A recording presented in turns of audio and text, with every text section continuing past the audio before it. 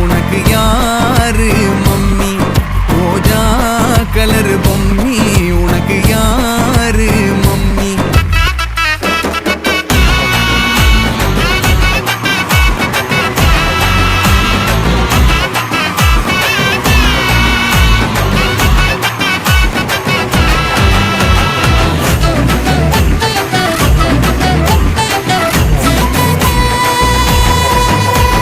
Super madam. Madam ஒரு மிகப்பெரிய கைத்தல் கொடுங்கப்பா. Thank you madam.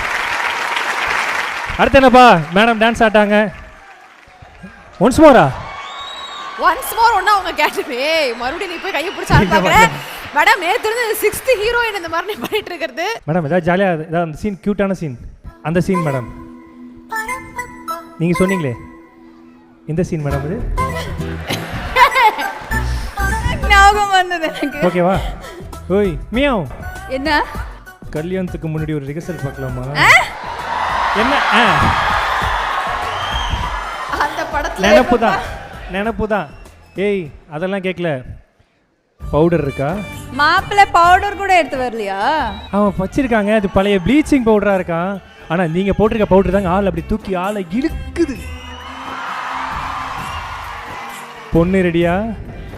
பொண்ணு ரெடியாகி 3 மாசம் ஆச்சு. மாப்பிள்ளையும் ரெடியாகி 6 மாசம் ஆச்சு.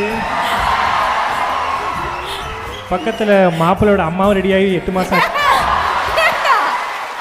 எல்லா ஹீரோயோடயும் எனக்கு அம்மா பாட்டு மேடம். முடிவா என்ன சொல்றது?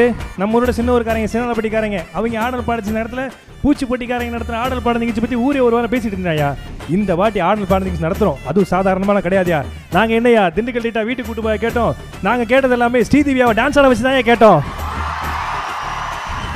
இதெல்லாம் யாருக்காக? யூடியூப் ஷார்ட்ஸுக்காக, இன்ஸ்டால ரீல்ஸுக்காக, பிகை நோட்ஸ்ல வர வீடியோக்காக. அதெல்லாம் தாண்டி இந்த வாட்டி ஸ்ரீதேவியா மேடம் டான்ஸை பார்க்கலன்னா இந்த ஆடியன்ஸுக்கு அந்த ஃபங்க்ஷனை விட்டு போற தேவை வை தேவை இல்லையா? நீங்க அவார்ட் ஃபங்க்ஷன் நடத்துங்க, நடத்தாம போங்க. மணிமேகலை ஆங்கர் பண்ண சொல்லுங்க, சொல்லாம போங்க. எங்களுக்கு ஸ்ரீதேவியா மேடம் பார்த்தே ஆகணும். Super madam.